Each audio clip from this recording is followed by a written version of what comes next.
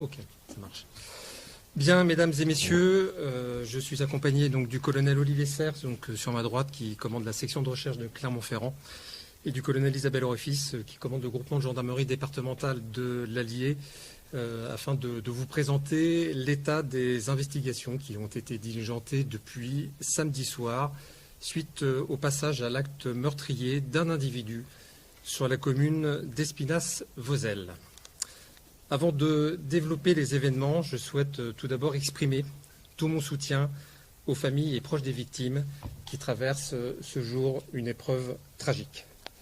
Je veille à ce que tous les moyens soient mis en place pour eux depuis samedi soir, notamment par une prise en charge psychologique, tout d'abord avec une cellule spécialisée, et désormais par l'association d'aide aux victimes Justice et Citoyenneté 03, qui est conventionnée par le ministère de la Justice, dont le regroupement de la Fédération France Victimes.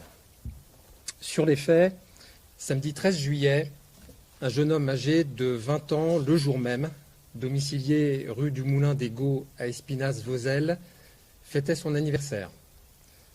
Plusieurs membres de sa famille et des amis étaient présents depuis le déjeuner, et d'autres invités se regroupaient pour l'apéritif dînatoire, ce dernier événement concentrant en soirée environ une vingtaine de personnes.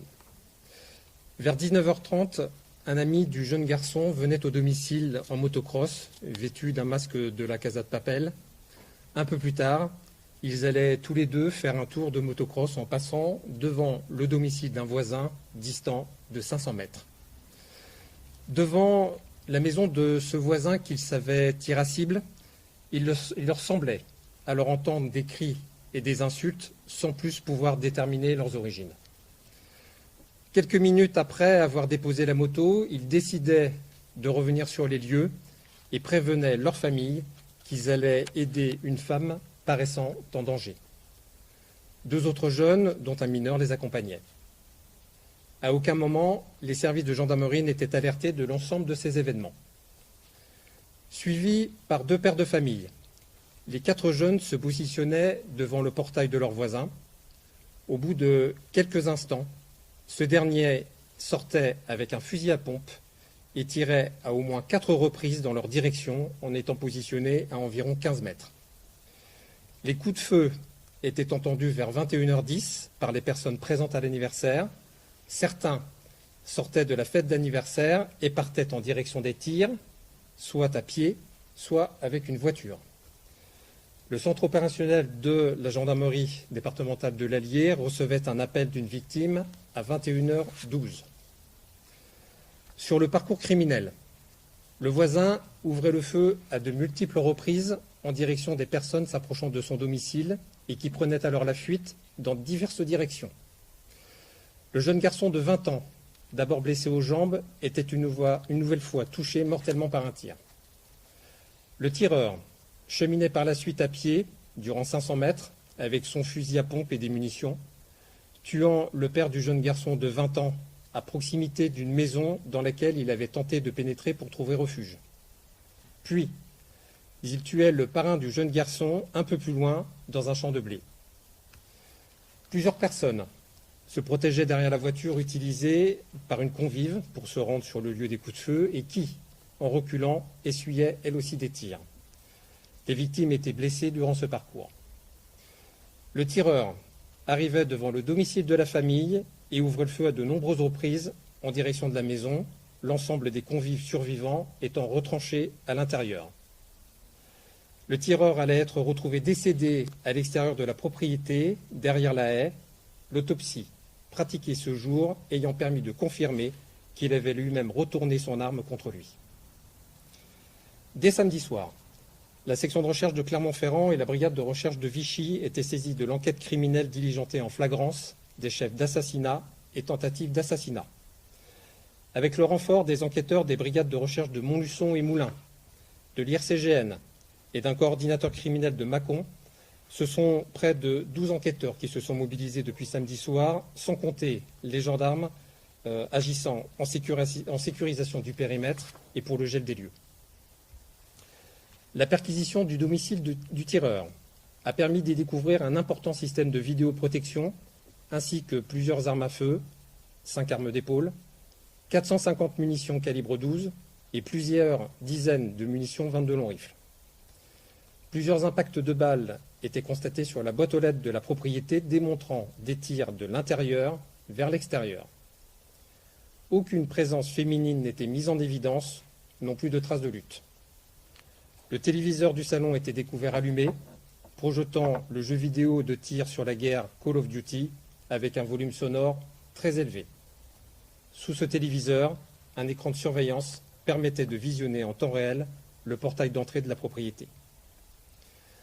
L'auteur des faits est un ancien militaire de l'armée de l'air, surveillant aérien, ayant servi dans 3 bases aériennes de 1991 à 2003, année de son départ en retraite. Il n'a jamais servi en unité de combat et n'est ni commando ni tireur d'élite. Natif du bassin vichysois, il vivait seul à son domicile depuis une séparation. Il était décrit comme sauvage, isolé et associable. Il exerçait dernièrement la profession de serrurier. Il ne pratiquait plus ni le tir sportif au club d'Espinasse-Vosel, ni la chasse. Il était inconnu des services de police, de justice et de renseignement. Il n'était pas non plus connu pour avoir des problèmes de voisinage. Les autopsies ont débuté ce jour à l'Institut médico-légal de Clermont-Ferrand. Des analyses toxicologiques et anatomopathologiques sont également prévues, dont les résultats ne seront pas connus avant plusieurs semaines. À l'aune de ces premiers éléments, outre le tireur, 3 personnes ont trouvé la mort. Un jeune garçon de 20 ans, son père et son parrain. Sans compter les autres victimes, 4 blessés par balle ont dû être hospitalisés sans pronostic vital engagé. Les premières investigations laissent confirmer la détermination du tireur pour tuer avec son fusil à pompe. 14 douilles de calibre 12 et 2 bourres ont été découvertes sur son cheminement. 18 munitions ont également été retrouvées dans une cartouchière autour de sa taille. Dans une recherche d'éclairage sur le mobile de son acte criminel, le système de vidéoprotection du domicile du tireur va rapidement faire l'objet d'analyse et d'exploitation pour préciser la jeunesse des faits. Également, le déroulement chronologique plus précis que celui résultant des premiers témoignages des blessés qui sont légitimement fragilisés par le traumatisme des faits. Des auditions se poursuivent encore ce jour et des expertises sont toujours en cours. Tels sont les éléments que j'entendais vous communiquer ce jour. Et nous pouvons, si vous avez le souhait de le faire, répondre à quelques questions. Je vous remercie.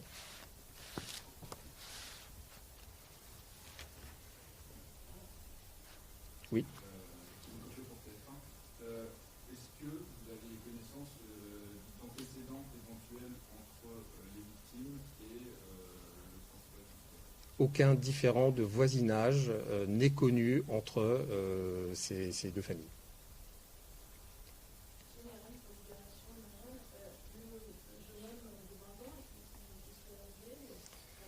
C'est quelqu'un qui travaillait dans le domaine aéronautique, qui avait une vie de couple classique à son âge. Voilà, un jeune sans problème et sans histoire particulière. Oui, c'est quelqu'un qui exerçait comme chef d'entreprise, si ma mémoire est bonne. Voilà.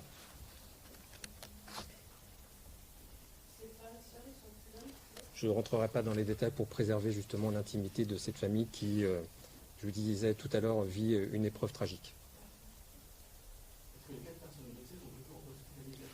Alors les personnes à ce jour sont toujours hospitalisées dans un état qui n'emporte pas, comme je disais tout à l'heure, des conséquences, en tout cas des séquelles lourdes.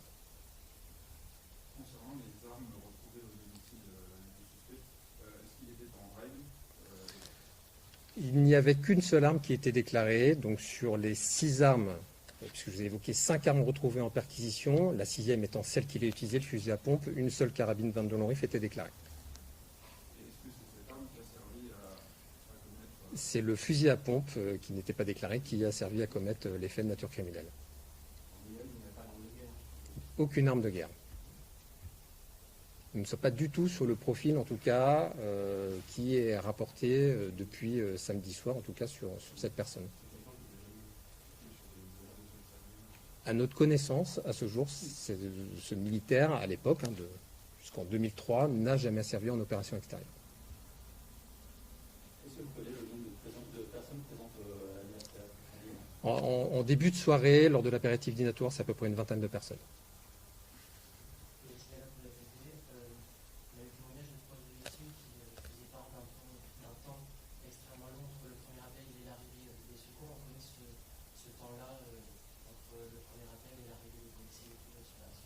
Colonel, est-ce que vous voulez développer? Alors, l'arrivée des gendarmes s'est faite suffisamment rapidement dans le temps dans lequel on était confronté. C'est-à-dire qu'on est appelé à 21h12, mais ensuite il y a un dispositif à mettre en place. Et donc, il n'y a pas eu de retard véritablement dans la mise en place du dispositif. Ça s'est fait dans le temps. Maintenant, ce que je comprends, et je souhaite, pour ma part, si vous le permettez, présenter aussi toutes mes condoléances à la famille et aux proches des victimes. Je souhaite souligner que entre l'impression et la perception que l'on peut avoir du délai d'intervention et la réalité de l'intervention, il y a forcément un delta, et ça c'est bien normal, il n'y a pas de question à se poser là-dessus. Mais en revanche, ce que je peux confirmer, c'est que le délai entre de véritables interventions a été fait dans les délais raisonnables impartis. Il faut rappeler qu'on est sur un profil type de périple meurtrier. C'est les informations qui remontent en fait en sorte opérationnelle à ce moment-là et qu'il y a des protocoles à respecter là aussi pour les forces de sécurité intérieure pour intervenir dans des règles de sécurité pour eux, mais aussi les services de secours et notamment le SMUR qui est intervenu rapidement sur place. Ce qui a déclenché ce que vous aviez à dire, c'était les cris d'une femme, c'était le jeu Call of Duty. C'est une supposition ou c'est... Ce que nous pouvons observer à ce stade des investigations et qui devront être confirmées bien évidemment par les analyses de la vidéoprotection, c'est que ces jeunes vont se rendre à ce domicile en déclarant qu'ils ont entendu des cris et des insultes, laissant supposer que peut-être une femme était malmenée dans le domicile. La perquisition et les investigations démontrent qu'il n'y a pas de femme dans ce domicile.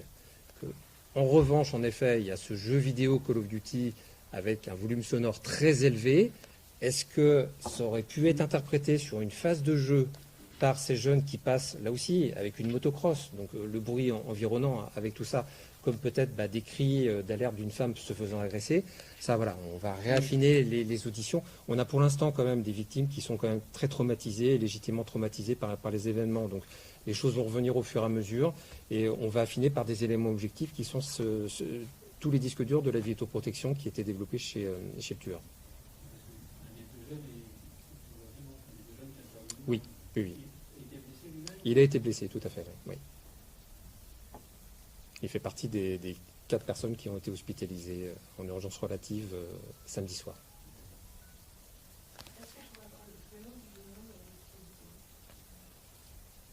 Camille.